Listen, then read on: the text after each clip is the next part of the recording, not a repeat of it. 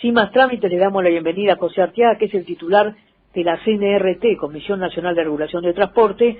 Bueno, fundamentalmente, además de saludarlo, el tema central de esta entrevista tiene que ver con, se ha flexibilizado, por lo menos en el ámbito de la Ciudad de Buenos Aires, la utilización del barbijo, que por ejemplo, hablando de transporte, en el subte, si bien depende en este caso de la ciudad, es opcional, pero no así en el transporte público a nivel nacional. Así que por eso le damos la bienvenida a Arteaga, un gusto saludarlo y bienvenido, ¿cómo está? Buenas tardes. ¿Cómo te va, Hugo? Gracias por el llamado, buenas tardes. Al contrario, los agradecidos somos nosotros, bueno, y nos pareció que valía la pena aclarar, porque se generó una especie de confusión, porque en algún momento desde algunos medios se informaba que el barbijo ya no era obligatorio en el transporte público de pasajeros, y luego buscando y conectándonos con ustedes vimos que esto no era así. Entonces, para evitar confusión está bueno aclararlo, ¿no?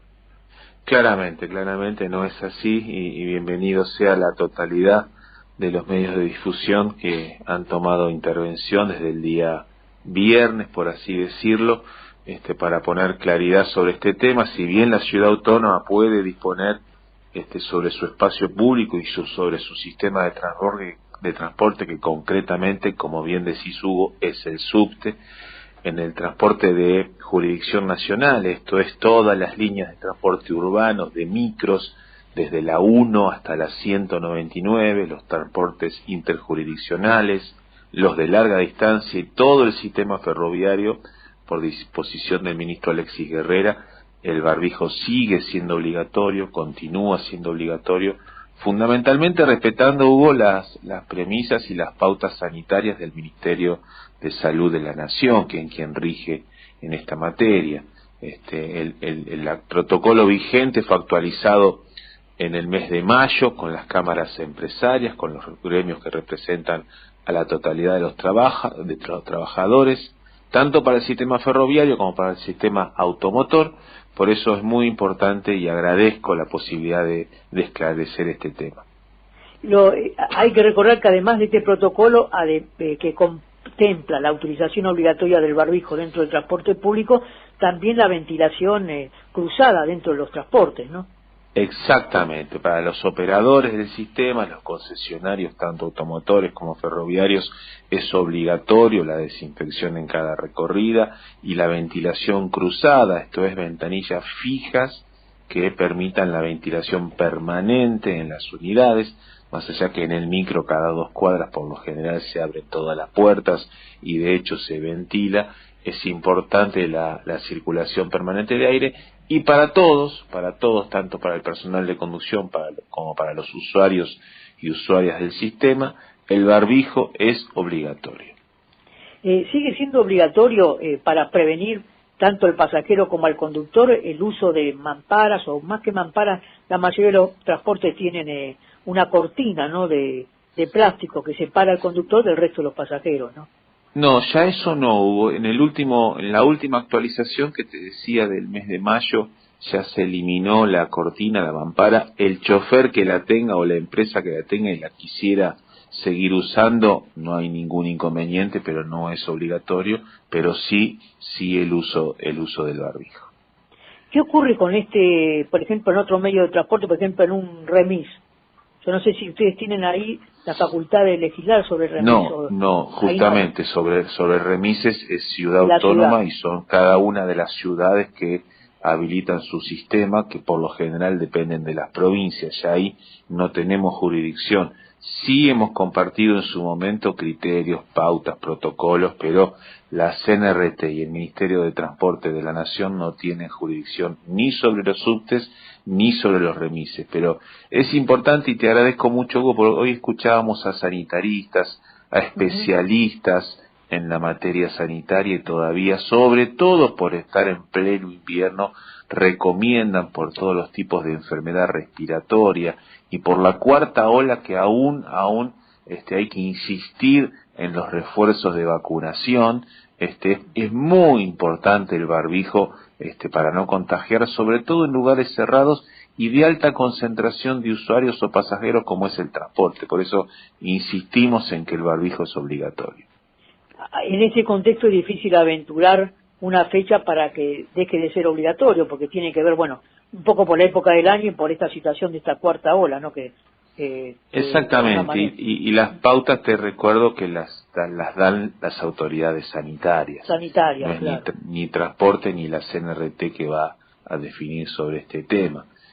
Sí sobre el control y sí sobre las sanciones, fundamentalmente a los operadores del sistema que no tengan la ventilación y también a los usuarios que no respeten. Pero mira, el viernes cuando yo iba a TV Pública te escuché en esta mañana y fui en subte y realmente absolutamente todo el personal de la formación que me tocó circular y transitar tenía el barbijo puesto, con lo cual esto habla también de una conducta importante, de una aceptación importante y de una responsabilidad individual y colectiva de todos los usuarios de seguir manteniendo, de seguir cuidándose y cuidándonos al momento de usar el transporte público.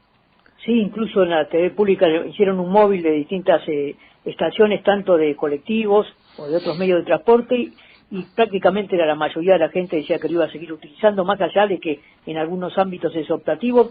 Ellos decían que lo iban a utilizar porque ya se hizo costumbre y uno es consciente que es una forma de cuidarse, ¿no? Es indudable. Exactamente, Hugo. Es así. En el transporte de larga distancia, pues ya que estamos viviendo a pleno un fin de semana largo, sigue siendo obligatorio. Ahí la autoridad es los conductores del micro que tienen que hacer cumplir esta disposición. En realidad la autoridad es cada autoridad provincial, municipal, que tiene las concesiones de las terminales y el sistema de origen y destino y la CNRT. Lo que pretendemos, Hugo, es que el personal de conducción no termine enfrentándose o imponiéndose con los pasajeros, porque no es su función.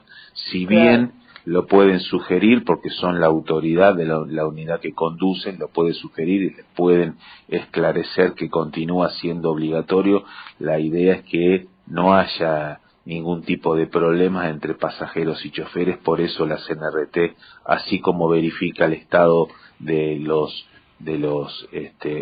cinturones de seguridad, la existencia, el funcionamiento y fundamentalmente el uso, así como constatamos la vigencia de los seguros, de la verificación técnica de las unidades, de la licencia de los choferes, también en cada origen y cada destino remarcamos la obligación de seguir utilizando barbijo en larga distancia. Y como bien decís, estamos en un fin de semana largo que también parece ser inédito por los números que estamos teniendo de cantidad de servicios. El jueves desde Retiro salieron 900 servicios, también ingresaron a la terminal a Ciudad Autónoma por esta vía un número importante de unidades que cuando uno la transforma en pasajeros, estamos hablando de 45.000 pasajeros día, ¿sí? Y cuando vemos las reservas en Costa Atlántica, en Córdoba, Litoral, Cuyo, José, si me verdaderamente... permitís, sí. Voy a hacer un aporte, que este fin de semana largo se movilizaron más de 2 millones de personas. Todas las regiones del país reportan niveles de reserva hotelera que rondan el 90%. Los micros de larga distancia, por primera vez desde el inicio de la pandemia, operaban al 100% en sus destinos. Así lo informa la Cámara Turística y las compañías del sector. Es así.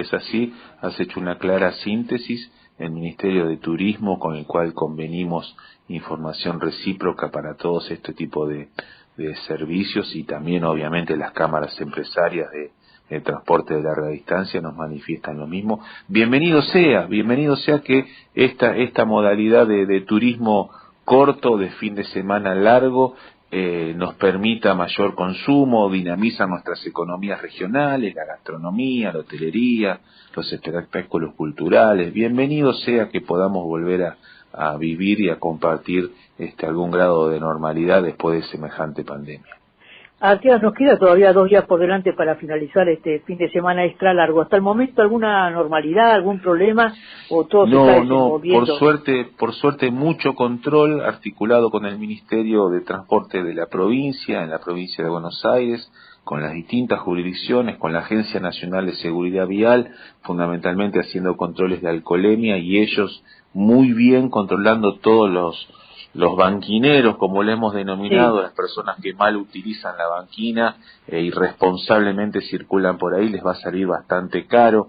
La agencia ha innovado, ha invertido en tecnología para constatar y verificar y sancionar, y nosotros en 44 puntos del país, Hugo, fundamentalmente en terminales, en estaciones y en rutas a lo largo y ancho del país, constatando también que todos los argentinos y argentinas disfruten de este fin de semana.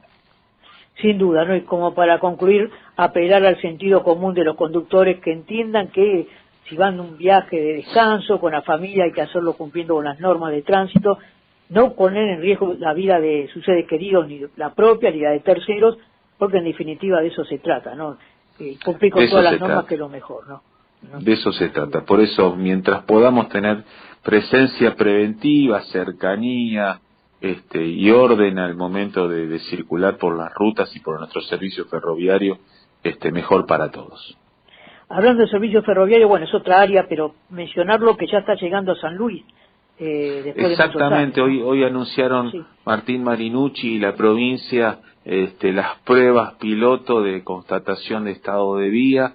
Bienvenido sea, hace más de 30 años que el servicio no llega a San Luis. Así que es una gran noticia, una gran noticia. Vos sabés que Ferrocarriles Argentinos, tanto el área de obras como de operaciones que conduce Marinucci, están haciendo un esfuerzo encomiable en inversión, en innovación, en renovación de vías, también en señalización y obviamente en formaciones que cuestan mucho. Es mucho el esfuerzo que está haciendo Trenes Argentinos y el Ministerio de Transporte de la Nación para volver a poner como corresponde un servicio ferroviario de excelencia después de tanta situación de desidia y abandono, ¿no es cierto? José Arteaga, agradecer este contacto, ojalá que el próximo martes sigamos teniendo un balance netamente positivo, no tengamos que comentar ningún siniestro de consideración. Así que un fuerte abrazo y gracias por esta entrevista.